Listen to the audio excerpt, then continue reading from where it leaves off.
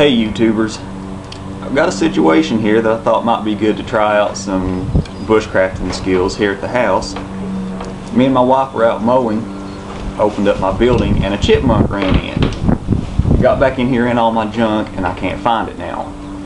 So I'm going to try trapping it. I'm not going to kill it. I'm setting up a deadfall type live trap. Not something you can really do in bushcraft, but I'm improvising a little bit and I'll show you. This is going to be my deadfall. It's a small tote, just a block of wood on top. And the trigger system I'm using is one that I really like, but I don't see many people on YouTube using. It's called a friction point split stick trigger. These are your two pieces. I'll do a better video on setting it up. Right now my camera's about full and I don't have much time left on it.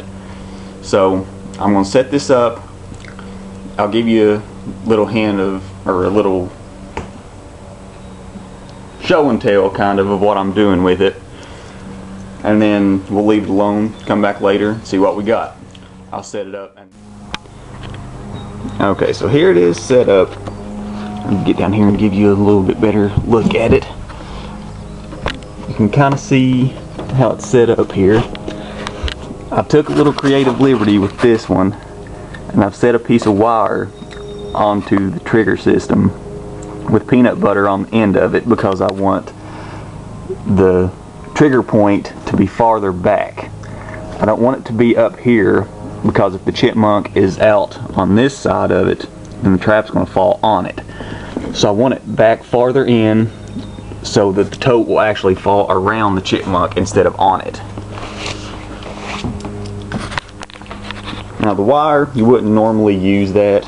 It would be fine just setting it up normally if you were trying to actually kill the chipmunk, but I don't want to kill it. So that's why that's there.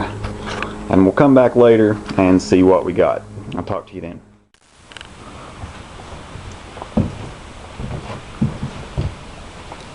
Well, ladies and gentlemen, we're back the next day. I left the trap overnight, all of yesterday evening and last night, and didn't catch anything. Peanut butter's still there, so it didn't take the bait. It might not even be in the building anymore. I don't know. But anyway, I'll show you the trap a little bit here. This is where I ended up leaving it during the night. Get down here a little bit and I'll show you. Setup is the same as it was yesterday. I'll go ahead and set it off here to show you.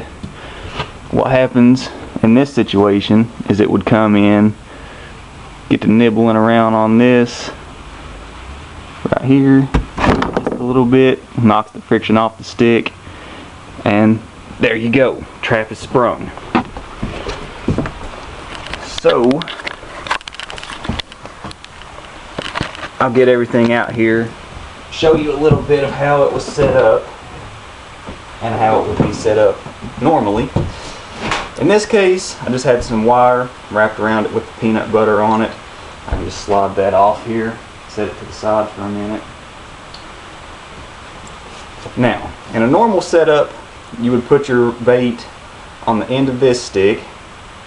This stick sets into the ground, and this one balances on top. The only thing holding it is the friction between the end and this end. As soon as pressure gets on this, it dislodges the stick, the trap falls. You can actually make it more sensitive if you add just a little thin side stick like this.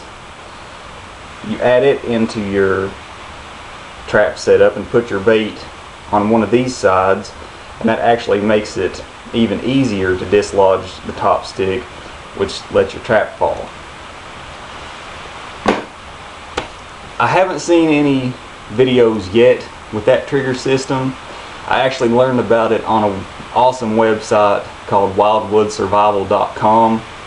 All kinds of useful information. If you haven't checked it out, you should go and look at it. It's got all kinds of good stuff in it. But that's pretty much it for this video. I might do another one in a few minutes of some friction fire, if I can find my baseboards and everything. I've been looking for a minute and haven't found them yet. But that's pretty much it for now. We'll see you on the next video. Hope everybody's doing good. See you later.